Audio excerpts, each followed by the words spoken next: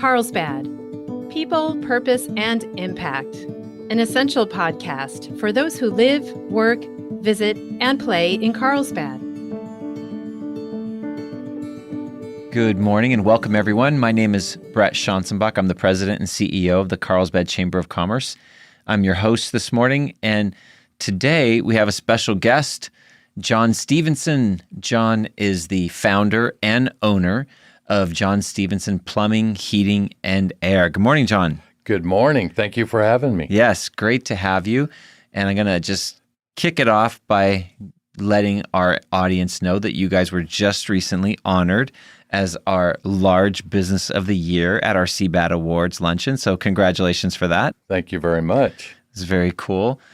Some of us who were in that process of getting to know your company as we were working on the CBAD Awards got to know some of the backstory, but not everybody on this podcast knows. So I'd love to go back to the beginning. And if I remember correctly, it was 1990 and it started with you and a truck. It was me in a truck. In fact, I was licensed in 1990, but about 4 years prior to that, I worked for contractors doing plumbing. I can remember talking to my wife saying, I think I want to start my own business. And she just looked at me and she said, why? Yeah. And I said, because it's the look on your face when I come home and I say, I just got laid off due to lack of work. And I said, I never want to see that look again of, great, what are we going to do now? Yeah. So that was the motivation to start your own company. Yeah. But starting your own company is also inherently a little bit scary, right? Now it's all on you to find the customers. So how did you manage that way back in the beginning? Those were nightmare days. Yeah. I went 9 years without a vacation. Wow. All I did was probably could get in a couple hours work a day. And then I was the guy that put stuff on your windshield at grocery stores, the door hangers. That's all I did. Yeah, my kids still complain about, get in the car, we're going to hit another neighborhood. And when you're young, you don't know anything about business, so you would try things and they would fail. Sure. And those were long, hard days. Yeah, but perseverance, and you kept going. The relentless pursuit of putting your name out there obviously paid off at some point, because it started in 1990 with you in a truck, but now how many employees do you have? As of today, 115 employees, and Wow. I think we have close to 70 vehicles on the road. 70 vehicles on the road. Yeah, That we is have amazing. two locations. We have Orange County and Carlsbad. Yeah, that's wonderful. 70 vehicles, 115 employees, starting off with you and your kids putting door hangers on people's doors and windshields, et cetera. Yeah, it was a 1972 Ford pickup and me. That was it. Yeah. Wow.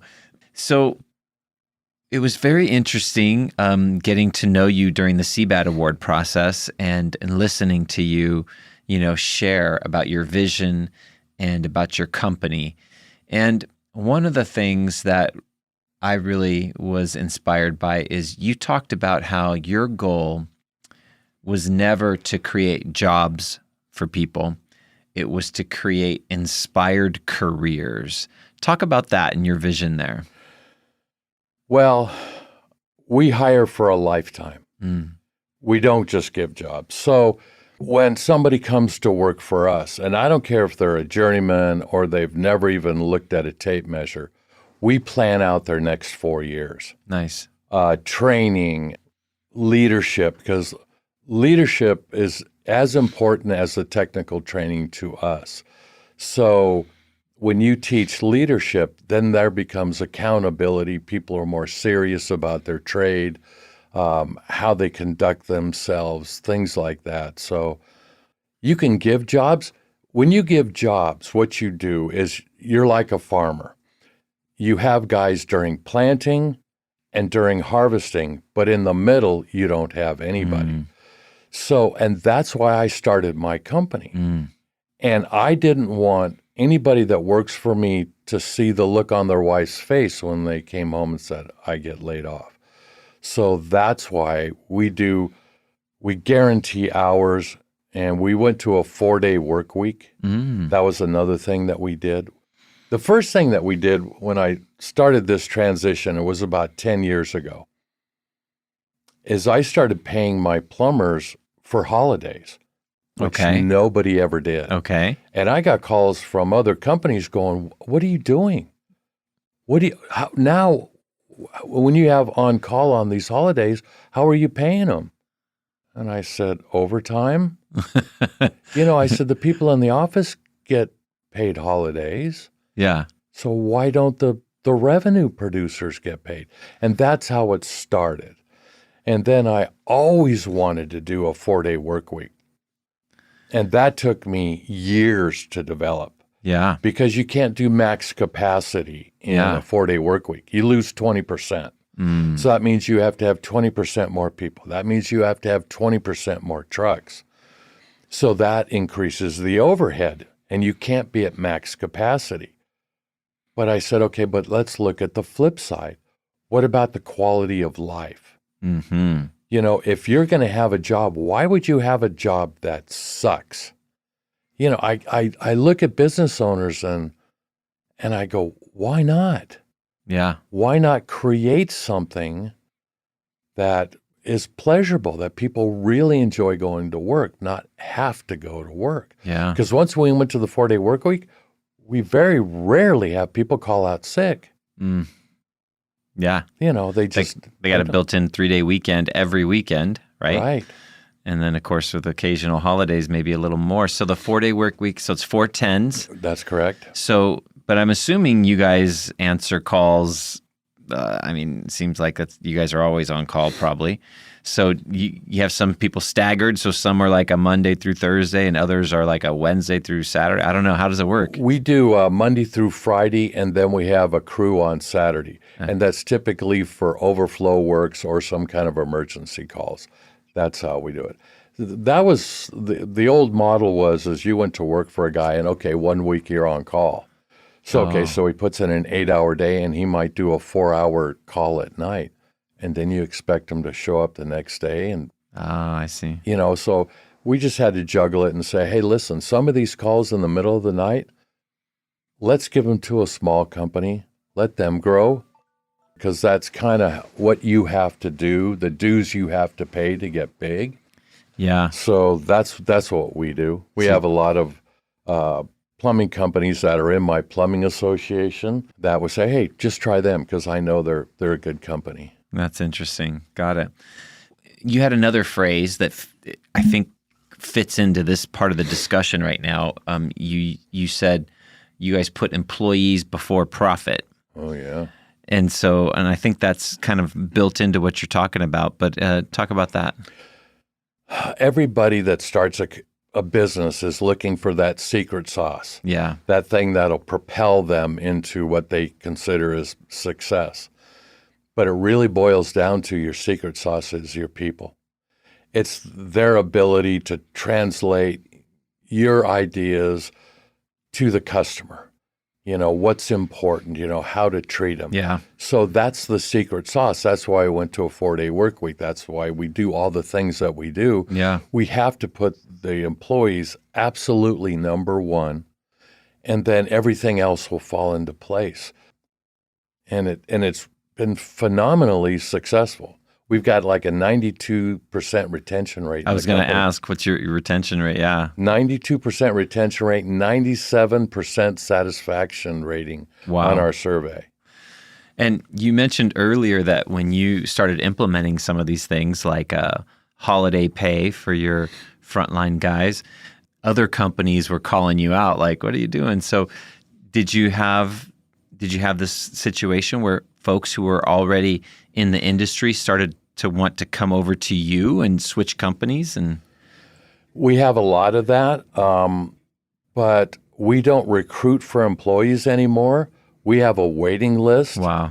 And it was a month ago, I was in Alaska for a convention for my plumbing association. Yeah.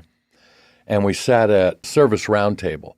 And I've been a member of this association for 25 years, past president of the state. And the topic came up, labor.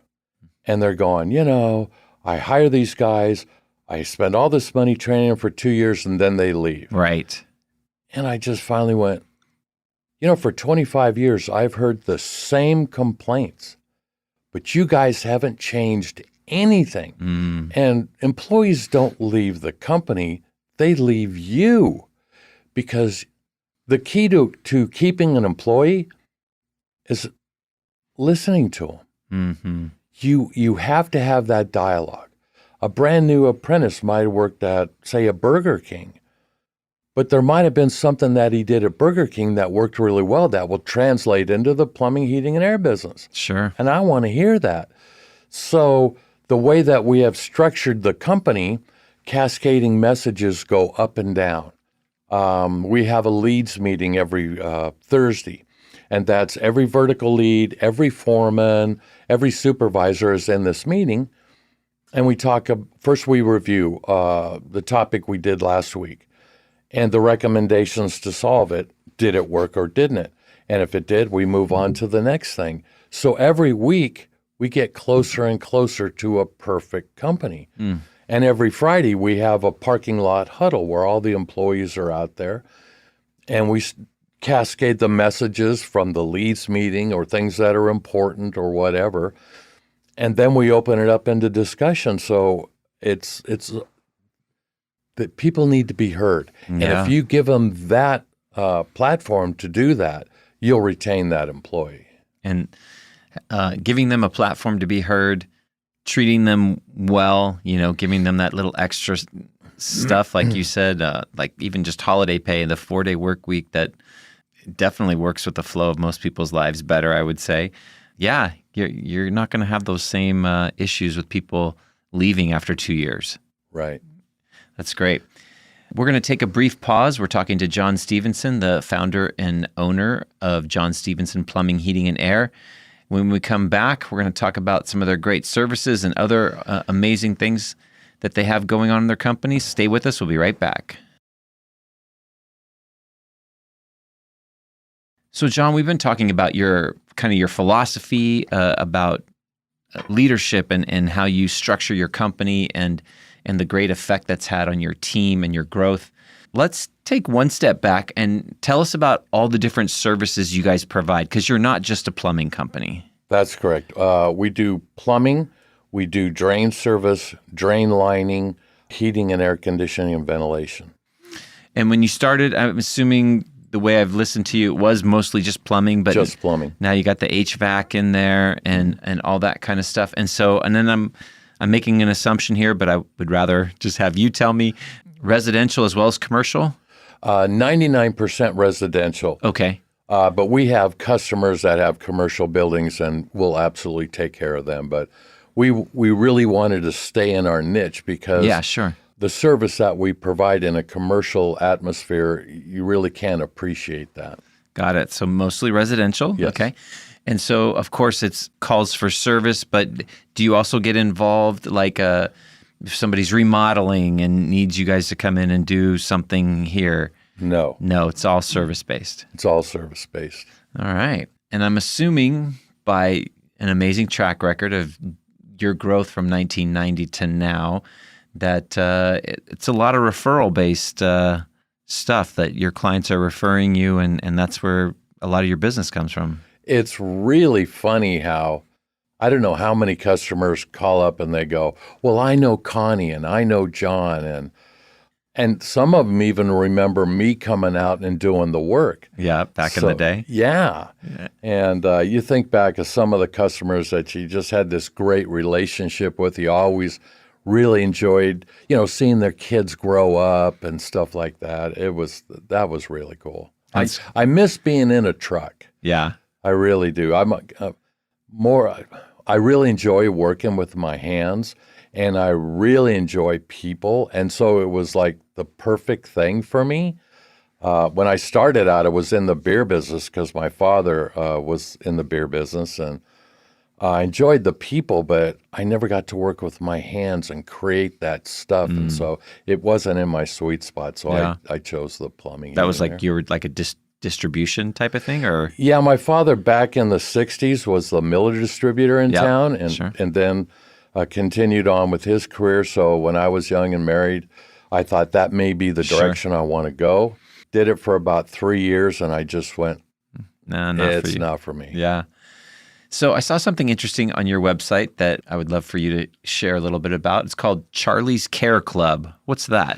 That started off, it was a friend of my wife's, Connie's, and she was really a successful gal. And she goes, John, I don't know anything about plumbing, but I don't want my house to break down. So I want you to come to my house twice a year, check everything, and whatever needs to be fixed, fix it so I don't have to worry. And that was probably in 91, 92. So we started that, and all the guys that worked for me went, that'll never work. That'll Yeah. never work. And I said, well, if one customer has asked for it, there's probably other customers that would go, that sounds like a great idea. So what we do is if you sign up for our Charlie's Care Club, we come out 4 times a year. So we make sure that prior to the heating season, your furnace is working good prior to air conditioning, that your system's all up to specs and it's going to make it through the season. We check your drains to make sure that there isn't a problem with any root intrusion that's going to cause you problems. And then plumbing, we make sure that there's not something that could cause a flood. But I think the best thing about the Charlie Care Club is we can take the customer around and educate them as we walk through the house. Here's potential problems like your hoses to your washing machine, your laundry machine. Those are popping all the time. So make sure you take care of that. So off a big pipe. The emergency shutoffs on your faucets. Let's make sure those things work. God forbid something should happen. And then we show them where your main shutoff is for your water and your gas. So we educate the customer. So if God forbid something should happen, then they're there and they can take action. You're empowered to be the first step to stop something, and then when you guys can come out and fix it. No, that's great. And so it started with one lady's request, and now has it grown? Has it got quite a few people in it? Yes, we have a lot of Charlie Care customers. It's a great investment. I think it costs like $12 a month. Oh, wow. Yeah, that's it. And 4 times a year, you get a professional out there to diagnose and make sure everything's up to spec, so you don't have to worry about it. Oh, that's awesome. So you guys definitely have an affinity for dogs. Your brand is synonymous with. Why don't you? I am not a huge dog person, so I don't know what that cute dog is that's on your everywhere, your website, your trucks. So tell us what kind of dog that is and how that whole started and what the deal is. I don't have a dog. Okay. My oldest daughter is an animal trainer, and she could tell you all about the dogs. We belong to an association, and we had the ability to hire that dog. That dog is an actual actor. Oh, wow. Okay. And so we did a couple of commercials, and I think it's a border collie. I think that's right. Yeah, and everybody has loved it. Yeah. They're really a high-strung dog, so Okay. I don't think I want one of those. And with my daughter being an animal trainer, we had every kind of animal that there is. In fact, she's got a degree from, it's called EDM, so it's an exotic animal management and training. It was a 2-year wow. college in Thousand Oaks, I think it was. And so she did LA Zoo, San Diego Zoo, Oh, wow. animal actor. She's done all that kind of stuff. So now she does just private training. Oh, that's great. But you guys do have an affinity for animals. You have a connection to the Rancho Coastal Humane Society. So tell us about that a little bit. Well, that was my wife's idea. My wife is really active in the business. In fact, we share an office Oh, great. at the shop. Our desk is connected.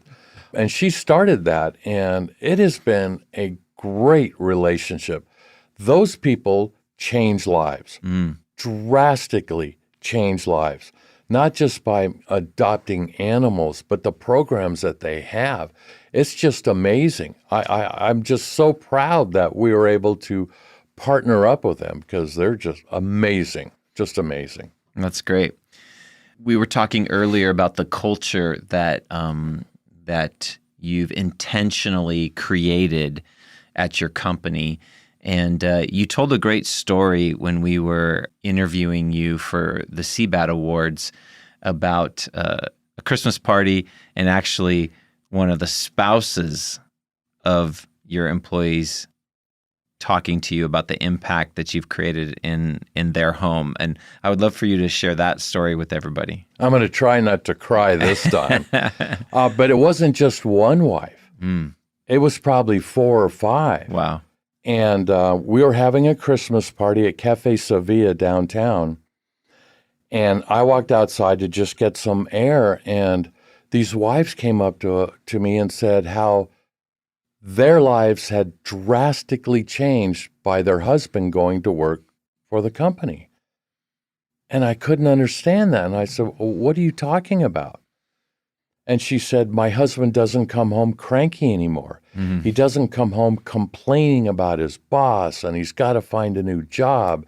And the 4-day work week means he gets an extra day home with the family, so the honeydews get done, and you know that he can go to Little League games and all these things. And it was like, so what happened to me there is my life work has now been realized. I've been able to make that change. And it's the small little incremental changes that have drastic effects in the world. So if we have 115 employees, and let's say tomorrow the company shuts its doors, I have 115 people that can take that gospel to their next job and go, why don't you do this? Yeah. Why can't you do that? Right. And that's what, if my legacy is anything, it's like, if you treat people well and you listen to them, your life will blossom. No, that's wonderful. And I know that these podcasts take on a little bit of life of their own. So you guys have offices in Orange County. You're here in North San Diego County. We could have people who are listening in your service areas that this is the first time they've heard of you. So what's a great place for them to go, like maybe to your website and find out more information if they wanted to get in touch with you guys?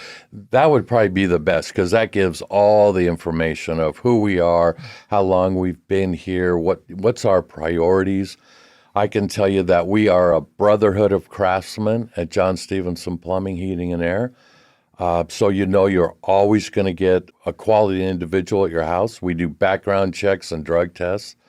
So and the website is www.johnstevensonplumbing.com. That's correct. And it's Stevenson with a V as in Victor. Yeah. johnstevensonplumbing.com. So that'd be a great starting point if they wanted to get in touch with you guys and have you come out and take care of any of their needs. Or I'm going to talk to my wife about the Charlie Care Club. I love that, that preventative, approach, because looking at stuff ahead of time versus, oh man, our air conditioner had I'm not going to talk about it, but you get it. You've dealt with all those things once they become a problem. I think the beauty of it is you can go, listen, you've got a $10,000 problem here, and we'll just come up with a number. Yeah. Why don't we do 2,000 of it this month, 2,000 of it next month, and stretch out that pain? Yeah, right. And so you're not, when you're watching a football game, it's like, hey, honey, are you ever going to take care of that disposal? It's like, no, John's coming next week. Don't worry about it. I love it. Well, thank you so much for taking the time to come down and share with us today. We're blessed to have your company here in our Carlsbad family of businesses. So thank you so much. Well, one last thing, we got Small Business of the Year here in Carlsbad in 2007. That was my biggest award ever. And now we have Big Business of the Year. So it's there you go. I wish I was 30 again. Look at that, 2007 to 2023, and you've gone from small to large business of the year. That's so great. Yeah. So congratulations. Thank you. All right. Thanks for joining us today. Thank you. Thanks for joining us on our Carlsbad People, Purpose, and Impact podcast today. If you enjoyed it, please hit the follow button on wherever you get your audio. And please tell a friend. We would love to hear your feedback, which you can share at carlsbadpodcast.com. You can leave us a review, ask a question, or leave an audio comment, which we can play on the show in the future. And that's all we have for today. Can't wait to see you next time on Carlsbad People, Purpose, and Impact. And remember, share some kindness today. It's free, creates goodwill, and makes you feel great.